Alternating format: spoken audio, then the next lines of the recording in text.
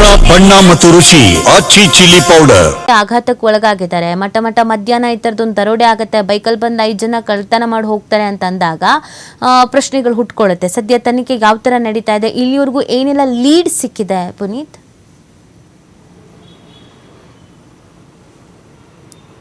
ಹೌದು ರೀತಿ 5 ಜನ ಮುಸುಕುದಾರಿಗಳು ಬಂದಂತಹ ಆ ಒಂದು ಜ್ಯುವೆಲರಿ ಶಾಪ್ನಲ್ಲಿ ಮಾಡಿದಂತಹ ದರೋಡೆ ಪ್ರಕರಣ ಏನಿತ್ತು, ಇದು ಇಡೀ ರಾಜ್ಯವನ್ನೇ ಒಂದು ರೀತಿ ಬೆಚ್ಚಿ ಬೀಳಿಸಿದೆ ಅಂದ್ರೂ ಕೂಡ ತಪ್ಪಾಗ್ಲಿಕ್ಕಿಲ್ಲ. ಯಾಕೆಂತ ಹೇಳಿದ್ರೆ ಆ ಥರದ ಒಂದು ರೀತಿಯಲ್ಲಿ ಅಂದ್ರೆ ಸಿನಿಮೀಯ ರೀತಿಯಲ್ಲಿ ಅವರು ಪಿಸ್ತೂಲ್ಗಳನ್ನು ಅಂದ್ರೆ ಗನ್ಗಳನ್ನು ಹಿಡಿದು ಬಂದಂತಹ ದರೋಡೆಕೋರರು ಅಲ್ಲಿ ಜ್ಯುವೆಲರಿ ಶಾಪ್ಗೆ ನುಗ್ತಾರೆ. ಅಲ್ಲಿ ರಾಜಾರೋಷವಾಗಿ ಕೋಟ್ಯಾಂತರ ರೂಪಾಯಿ ಮೌಲ್ಯದ ಒಂದು ಚಿನ್ನಾಭರಣಗಳನ್ನ ಹೊತ್ತೊಯ್ಯುವಂತಹ ಒಂದು ಕೆಲಸವನ್ನ ಮಾಡಲಾಗಿರ್ತಕ್ಕಂಥದ್ದು. ಇನ್ನ ಈ ಒಂದು ದರೋಡೆಕೋರರ ಸೆರೆಗಾಗಿ 5 ತಂಡಗಳನ್ನು ರಚನೆ ಮಾಡಿರ್ತಕ್ಕಂಥ ಪೊಲೀಸರು ಇಡೀ ಜಿಲ್ಲೆಯಾದ್ಯಂತ ನಾಕಾಬಂದಿಗಳನ್ನ ಹಾಕ್ತಕ್ಕಂಥ ಒಂದು ಕೆಲಸವನ್ನು ಮಾಡಿದ್ದಾರೆ. ಜೊತೆಗೆ ಬಹಳ ಪ್ರಮುಖವಾಗಿ ನಾವು ಗಮನಿಸ್ತಕ್ಕಂಥದ್ದು, ಹುಣಸೂರು ನಗರದಲ್ಲಿ ನಡೆದಿರ್ತಕ್ಕಂಥ ಈ ಒಂದು ಘಟನೆಯ ಒಂದು ಹಿನ್ನೆಲೆ ನೋಡಿದಂತಹ ಸಂದರ್ಭದಲ್ಲಿ ಎಲ್ಲೋ ಇವರು ಪ್ರೊಫೆಷನಲ್ ದರೋಡೆಕೋರರೇ ಅಂತ ಹೇಳಿ ಗುರುತಿಸಲಾಗ್ತಾ ಇರತಕ್ಕಂಥದ್ದು. ಯಾಕೆಂತ ಹೇಳಿದ್ರೆ ಅವರ CC ಕ್ಯಾಮೆರಾದಲ್ಲಿ ಅವರು ಸೆರೆಯಾಗಿರ್ತಕ್ಕಂಥ ಒಂದು ಕ್ಯಾಪ್ಚರ್ಗಳನ್ನು ಗಮನಿಸಿರ್ತಕ್ಕಂಥದ್ದು ಇರಬಹುದು.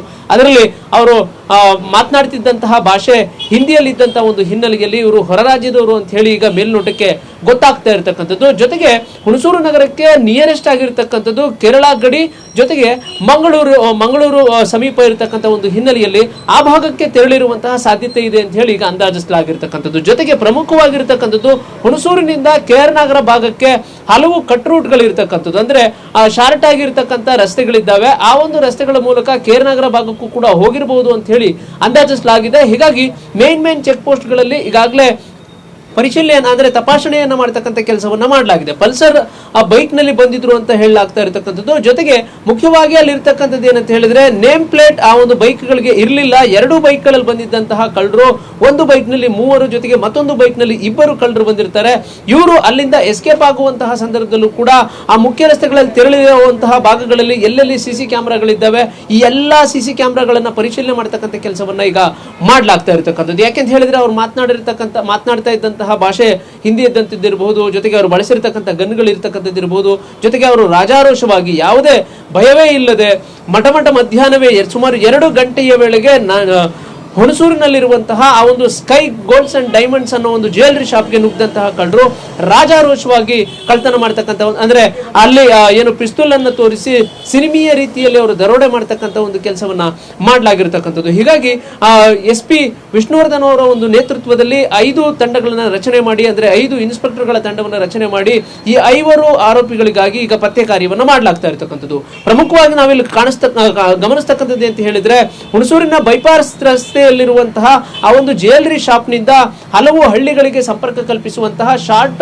ರೂಟ್ ಗಳು ಇರ್ತಕ್ಕಂಥದ್ದು. ಹೀಗಾಗಿ ಆ ಒಂದು ಶಾರ್ಟ್ ರೂಟ್ ಗಳಲ್ಲಿ ಅವರು ಪಾಸ್ ಆಗಿರುವಂತಹ ಸಾಧ್ಯತೆ ಇದ್ದಂತಹ ಸಂದರ್ಭದಲ್ಲಿ ಅಲ್ಲಿ ಎಲ್ಲಿಯೂ ಕೂಡ CC ಕ್ಯಾಮೆರಾಗಳು ಲಭ್ಯವಾಗ್ತಕ್ಕಂಥದ್ದು ಬಹಳಷ್ಟು ವಿರಳ ಅಂತಲೂ ಕೂಡ ಹೇಳ್ಬೋದು. ಯಾಕೆಂತ ಹೇಳಿದ್ರೆ ಗ್ರಾಮೀಣ ಭಾಗಗಳಿಗೆ ಸಂಪರ್ಕ ಕಲ್ಪಿಸುವಂತಹ ರಸ್ತೆಗಳಲ್ಲಿ CC ಕ್ಯಾಮೆರಾಗಳು ಅಷ್ಟರ ಮಟ್ಟಿಗೆ ಲಭ್ಯ ಇರೋದಿಲ್ಲ.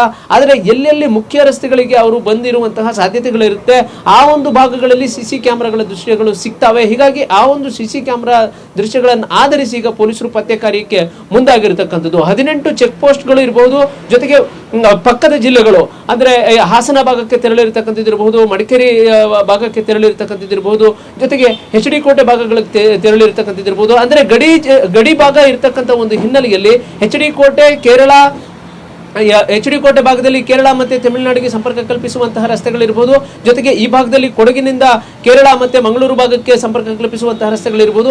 ಈ ಭಾಗಗಳಲ್ಲಿ ಹೆಚ್ಚಿನ ಒಂದು ತಪಾಸಣೆಯನ್ನು ಮಾಡ್ತಕ್ಕಂಥ ಒಂದು ಕೆಲಸವನ್ನ ಮಾಡಲಾಗ್ತಾ ಇರತಕ್ಕಂಥದ್ದು. ಯಾಕೆಂತ ಹೇಳಿದ್ರೆ ಇಷ್ಟರ ಮಟ್ಟಿಗೆ ಈ ತರದ ಒಂದು ದರೋಡೆ ಪ್ರಕರಣ ಹಿಂದೆಂದೂ ಕೂಡ ನಡೆದಿರಲಿಲ್ಲ. ಮೊದಲಿಗೆ ನಾವು ಗಮನಿಸ್ತಕ್ಕಂಥದ್ದು, ಮೈಸೂರಿನ ವಿದ್ಯಾರಣ್ಯಪುರಂನಲ್ಲೂ ಕೂಡ ಒಂದು ಜ್ಯುವೆಲರಿ ಶಾಪ್ ನಲ್ಲಿ ಈ ತರದ ಒಂದು ಘಟನೆ ನಡೆದಿತ್ತು. ಆ ಒಂದು ಸಂದರ್ಭದಲ್ಲಿ ಗನ್ನನ್ನ ಹಿಡಿದಂತಹ ದರೋಡೆಕೋರ ಒಬ್ಬನನ್ನ ಹತ್ಯೆ ಮಾಡತಕ್ಕಂಥ ಒಂದು ಕೆಲಸ ಕೂಡ ಆ ಒಂದು ಸಂದರ್ಭದಲ್ಲಿ ಮಾಡಿದಂಥದ್ದು, ಅಂದ್ರೆ ದರೋಡೆ ಮಾಡುವಂತಹ ಸಂದರ್ಭದಲ್ಲಿ ಮಾಡಿದಂಥದ್ದು. ಇದು ನಡೆದಂತಹ ಘಟನೆ ಮುಗಿದ ಬಳಿಕ ಇದೀಗ ಮೈಸೂರಿನ ಹುಣಸೂರು ತಾಲೂಕಿನಲ್ಲಿ ಅಂದ್ರೆ ಹುಣಸೂರು ನಗರದಲ್ಲೇ ಈ ತರದ ಒಂದು ಘಟನೆ ನಡೆದಿರತಕ್ಕಂಥದ್ದು ಒಂದು ರೀತಿ ಇಡೀ ಜಿಲ್ಲೆಯನ್ನ ಬೆಚ್ಚಿ ಬೀಳಿಸೋದ್ರ ಜೊತೆಗೆ ಇಡೀ ಕರ್ನಾಟಕ ಒಂದು ರೀತಿ ಆತಂಕಗೊಂಡಿದೆ ಅಂತ ಕೂಡ ಹೇಳ್ಬೋದು. ಯಾಕೆಂತ ಹೇಳಿದ್ರೆ ಈ ತರದ ಒಂದು ದರೋಡೆಕೋರರು ಯಾವ ಸಂದರ್ಭದಲ್ಲಾದ್ರೂ ಎಲ್ಲಿಯೇ ಬೇಕಾದ್ರೂ ನುಗ್ತಾರೆ ಅನ್ನೋ ಒಂದು ಆತಂಕ ಇದ್ದೇ ಇರುತ್ತೆ. ಯಾಕೆಂತ ಹೇಳಿದ್ರೆ ಇವರು ನುಗ್ಗಿರ್ತಕ್ಕಂಥ ಸಮಯ ಹಾಗೆ ಇದೆ. ರಾತ್ರಿ ಹೊತ್ತು ಕಳ್ಳತನ ಮಾಡ್ತಿದ್ದಂತಹ ಕಳ್ಳರು ಈಗ ನೇರವಾಗಿ ಹಗಲು ದರೋಡೆಗೆ ಇಳಿದಿರ್ತಕ್ಕಂಥದ್ದು, ಗನ್ಗಳನ್ನ ತೋರಿಸಿ ಅವರನ್ನ ಹೆದರಿಸಿ ದರೋಡೆ ಮಾಡ್ತಕ್ಕಂಥ ಒಂದು ಕೆಲಸವನ್ನ ಮಾಡಿರ್ತಕ್ಕಂಥ ಒಂದು ಹಿನ್ನೆಲೆಯಲ್ಲಿ ಪೊಲೀಸರು ಈಗ ನಾಕಾಬಂದಿಯನ್ನ ಹಾಕ್ತಕ್ಕಂಥ ಒಂದು ಕೆಲಸವನ್ನು ಮಾಡಿದ್ದಾರೆ. ಜೊತೆಗೆ ಆ ಒಂದು ಸ್ಕೈ ಡೈಮಂಡ್ಸ್ ಅಂಡ್ ಗೋಲ್ಡ್ಸ್ ಏನಿದೆ ಆ ಒಂದು ಸ್ಥಳದಿಂದ ಅವರು ಪಾಸ್ ಆಗುವಂತಹ ಸಂದರ್ಭದಲ್ಲಿ ಎಲ್ಲೆಲ್ಲಿ ಸಿಸಿ ಕ್ಯಾಮೆರಾಗಳಿದ್ದಾವೆ ಅದನ್ನ ಪರಿಶೀಲನೆ ಮಾಡ್ತಕ್ಕಂಥ ಒಂದು ಕೆಲಸವನ್ನ ಮಾಡಲಾಗಿದೆ. ಆದ್ರೆ ಕಟ್ ರೂಟ್ಗಳೇನಿದ್ದಾವೆ ಆ ಭಾಗಗಳಲ್ಲಿ ತೆರಳಿರ್ತಕ್ಕಂಥ ಒಂದು ಹಿನ್ನೆಲೆಯಲ್ಲಿ ಅಲ್ಲಿ ಗ್ರಾಮೀಣ ಭಾಗದ ಪೊಲೀಸರನ್ನು ಕೂಡ ಬಳಸಿಕೊಂಡು ಅಲ್ಲಿ ಆ ಒಂದು ಆಯಾ ಹಳ್ಳಿಗಳಲ್ಲಿ ಏನು ಹುಣಸೂರಿಗೆ ಸಂಪರ್ಕ ಕಲ್ಪಿಸುವಂತಹ ಕೆಲವು ಹಳ್ಳಿಗಳೇನಿರ್ತವೆ ಆ ಒಂದು ರಸ್ತೆಗಳನ್ನು ಕೂಡ ಈಗ ಪರಿಶೀಲನೆ ಮಾಡತಕ್ಕಂಥ ಒಂದು ಕೆಲಸಕ್ಕೆ ಈಗ ಪೊಲೀಸರು ಮುಂದಾಗಿರ್ತಕ್ಕಂಥದ್ದು. ಆ ಮೂಲಕ ಈ 5 ಜನ ಆರೋಪಿಗಳಿಗಾಗಿ 5 ತಂಡವನ್ನು ರಚನೆ ಮಾಡಿರ್ತಕ್ಕಂಥ ಮೈಸೂರು ಪೊಲೀಸರು ಈಗ ಶೋಧ ಕಾರ್ಯವನ್ನು ನಡೆಸ್ತಾ ಇರತಕ್ಕಂಥದ್ದು ನೀತಿ. ಪುನೀತ್, ಇನ್ನೊಂದು ಕೆಲವು ಪ್ರಕರಣಗಳಲ್ಲಿ ಈ ದರೋಡೆಕೋರರು ಯಾರು ಏನು ಎತ್ತ ಅಂತ ಕಂಡು ಹಿಡಿಯೋದಕ್ಕೆ ಸಮಯ ಬೇಕಾಗತ್ತೆ, ಯಾಕಂದ್ರೆ ಕಂಪ್ಲೀಟ್ ಆಗಿ ಕವರ್ಡ್ ಆಗಿ ಬಂದಿರ್ತಾರೆ. ಬಟ್ ನಾವಿಲ್ಲಿ ಗಮನಿಸ್ತಾ ಇದ್ವಿ ಇಬ್ಬರು ಫೋಟೋ ಏನೋ ರಿವೀಲ್ ಆದಂಗೆ ಇದೆ. ಸೊ ಅದು ಹೇಗೆ ರಿವೀಲ್ ಆಯಿತು ಅಂತಂದ್ರೆ ಮಾಸ್ಕ್ ಹಾಕಿರ್ಲಿಲ್ವಾ ಅಥವಾ ಹೆಲ್ಮೆಟ್ ಬಿಟ್ಟೋಗಿದ್ರಿಂದನೋ. ಸೊ ಹಾಗಾಗಿ ಪೊಲೀಸರಿಗೆ ಈ ದರೋಡೆಕೋರರ ಹುಡುಕೋದ್ರಲ್ಲಿ ಒಂದು ರೀತಿಯಾಗಿ ಒಂದು ಸಹಾಯ ಆದಂಗೆ ಆಗುತ್ತೆ. ಬಿಕಾಸ್ ಅಕ್ಕಪಕ್ಕದ ರಾಜ್ಯದವ್ರಿಗೂ ಕೂಡ ಈ ಫೋಟೋಗಳನ್ನ ರವಾನೆ ಮಾಡಿದಾಗ ಬೇರೆ ದೊಡ್ಡ ದೊಡ್ಡ ದರೋಡೆ ಪ್ರಕರಣಗಳಲ್ಲಿ ಇವ್ರು ಭಾಗಿಯಾಗಿದ್ದಾಗ ಇಮಿಡಿಯೇಟ್ ಆಗಿ ಮಾಹಿತಿ ಸಿಗುತ್ತೆ ಅಂತ. ಸೊ ಇದೊಂದು ಮೇನ್ ಲೀಡ್ ಆಗುತ್ತೆ ಈ ತನಿಖೆಯಲ್ಲಿ ಅಂತ ಪುನೀತ್. ಖಂಡಿತವಾಗಿ ನೀತಿ. ಯಾಕೆಂತಂದ್ರೆ ಆ ಒಂದು ಸಿಸಿ ಕ್ಯಾಮ್ರಾದಲ್ಲಿ ಅವರ ಒಂದು ಚಲನವಲನವನ್ನ ನಾವು ಗಮನಿಸೋದೇ ಆದ್ರೆ ಅವರ ಫೋಟೋಗಳು ಅಂದ್ರೆ ಅವರ ಭಾವಚಿತ್ರ ಅಲ್ಲಿ ನೀಟಾಗಿ ಕ್ಯಾಪ್ಚರ್ ಆಗಿರ್ತಕ್ಕಂಥದ್ದು. ಅಲ್ಲಿ ನಾವು ಗಮನಿಸಬಹುದು ಹೆಲ್ಮೆಟ್ ಅನ್ನ ಧರಿಸಿದಂತವರು ಕೂಡ ಒಳಭಾಗವನ್ನು ಪ್ರವೇಶ ಮಾಡ್ತಾರೆ. ಆ ಒಂದು ಸಂದರ್ಭದಲ್ಲಿ ಹೆಲ್ಮೆಟ್ ಇಲ್ಲದೆ ಇರತಕ್ಕಂಥ ಒಬ್ಬ ವ್ಯಕ್ತಿಯು ಕೂಡ ಇರ್ತಾನೆ. ಜೊತೆಗೆ ಹೆಲ್ಮೆಟ್ ಒಳಭಾಗದಲ್ಲೂ ಕೂಡ ಅವರ ಫೇಸು ನೀಟಾಗಿ ಅಲ್ಲಿ ಕವರ್ ಆಗಿದೆ. ಹೀಗಾಗಿ ಒಂದಷ್ಟು ಫೋಟೋಗಳನ್ನ ಅಲ್ಲಿ ಕ್ಯಾಪ್ಚರ್ ಮಾಡ್ತಕ್ಕಂಥ ಒಂದು ಕೆಲಸವನ್ನ ಪೊಲೀಸರು ಮಾಡಿದ್ದಾರೆ. ಇನ್ನು ಮುಖ್ಯವಾಗಿ ನಾವು ಗಮನಿಸ್ತಕ್ಕಂಥದ್ದು ಅಲ್ಲಿ ಸಿಬ್ಬಂದಿ ಅಂದ್ರೆ ಪಿಸ್ತೂಲ್ ಅನ್ನು ತೋರಿಸಿ ಎದುರಿಸುವಂತಹ ಸಂದರ್ಭದಲ್ಲಿ ಅವರು ಬಳಸಿದಂತಹ ಭಾಷೆ ಹಿಂದಿ ಅಂತ ಹೇಳಲಾಗ್ತಾ ಇರತಕ್ಕಂಥದ್ದು. ಹೀಗಾಗಿ ಆ ಒಂದು ಹಿಂದಿ ಭಾಷೆಯನ್ನ ಅವರು ಮಾತನಾಡ್ತಾ ಇದ್ದಂತ ಒಂದು ಹಿನ್ನೆಲೆಯಲ್ಲಿ ಇವರು ಹೊರ ರಾಜ್ಯದವರು ಅಂತ ಹೇಳಿ ಅಂದಾಜು ಮಾಡತಕ್ಕಂಥ ಒಂದು ಕೆಲಸ ಕೂಡ ಆಗಿರ್ತಕ್ಕಂಥದ್ದು.